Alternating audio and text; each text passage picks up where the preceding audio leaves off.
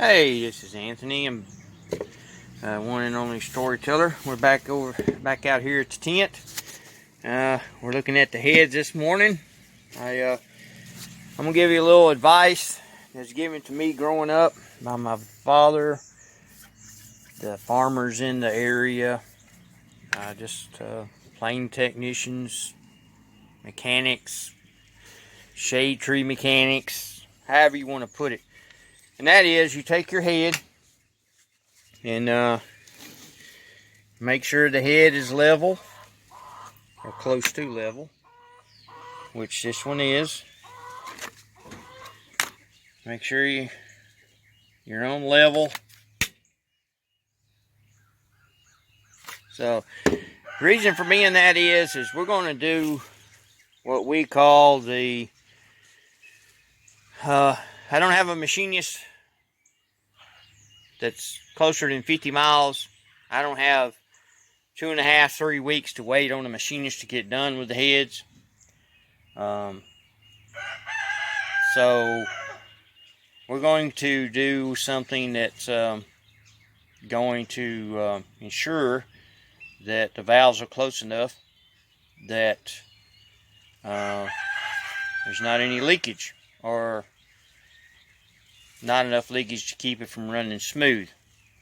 There's 2 ways you can do this.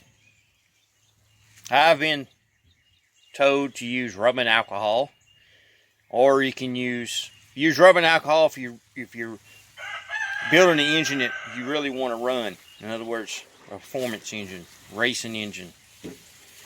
Rubbing alcohol can't seep from around the valve's face in less than 3 minutes. Then you're good to go. Or after 3 minutes, I would preferably say. If you still have the valves covered with the rubbing alcohol after 3 minutes, you're good to go. Determined on how much you have left in there, whether you want to lap them out or not. So the farmers would always say, and backyard mechanics would always say, use brake fluid. You know, if the brake fluid is in there after 3 minutes, you're good to go. The reason being is a tractor engine, an old farm truck, things of this nature, doesn't have to be that precise. It doesn't have to be that, dead on the money. So what we're going to do is I'm going to fill these chambers up until it comes to the bottom of the weep hole, and then we're going to count down 3 minutes, and we'll be back. I'm going to go ahead and pour the alcohol in, and I'll cut you back on.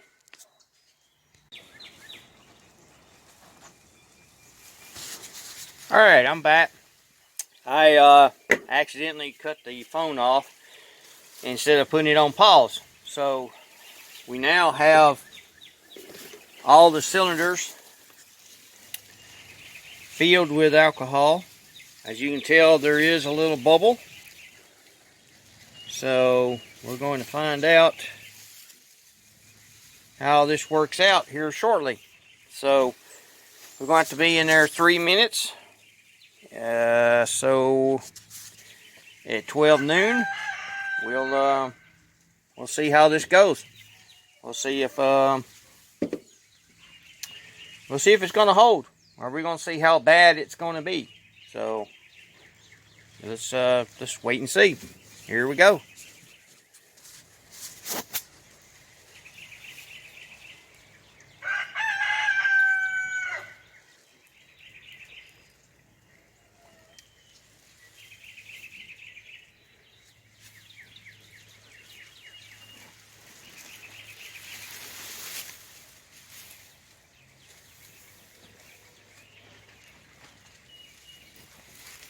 Kind of hard to get all 4 in the picture, but we'll try our best. I see 2 that are draining, except the gas that's coming out is coming out around the spark plug hole. I didn't screw the spark plugs in completely, so it's coming out from around the spark plug. So no need to worry. None is coming out of the ports. So we're good to go. I don't see any dripping out of the ports. As you can tell, all the ports are dry.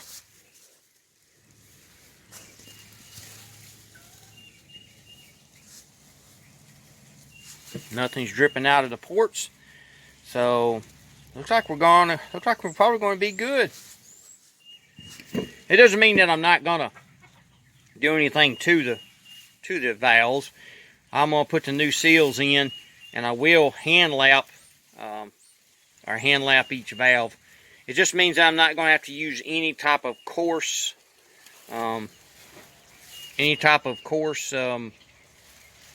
adhesive or paste in order to get the valves lapped in, because they're not that bad. So this is probably the worst one, was dripping out of the spark plug hole.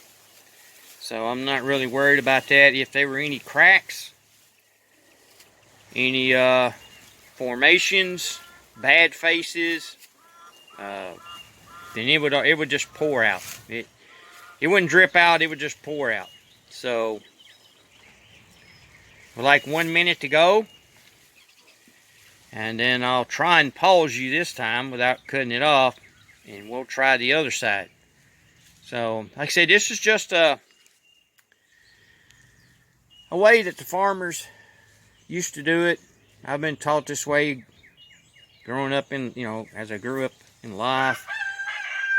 The backyard mechanics, shade tree mechanics, they've sworn to this. If it'll hold gas, you have to understand how thin gas or alcohol would be. Brake cleaner, of course, it evaporates quickly, but paint thinner, anything that thin, how thin of a material that is. And if it will hold gasoline, or if it will hold rubbing alcohol or paint thinner, anything of that velocity, then you're good to go. I mean, you're just not going to have any problems, because that means that face is completely sealed. So what I'll do is I will take this apart, put the new valves in, lap them in, and then I'll do this test again after that. Because some of you are going to say, well, the carbon, yeah, there is carbon buildup on them. This is just a preliminary test. So what this is if it was just pouring out of it, I would know that I could not do the work myself, and the heads would have to go to the machine shop. So this just proves that the work can be done here. Doesn't have to be done elsewhere. So we're looking pretty good. Still, time's up. There is no gasoline, as you can tell. No gasoline running out of these ports. On the back side, there's no gasoline dripping out of the ports. So we're good to go on this head. I'm not going to show you the other head. It'll be the same process. Now, if you don't see me put them on today, then I've run into a problem with the other head. If they go on today, that means both heads checked out and there's not a problem. But I'll kind of give you a short video on how to break a head down. And thanks.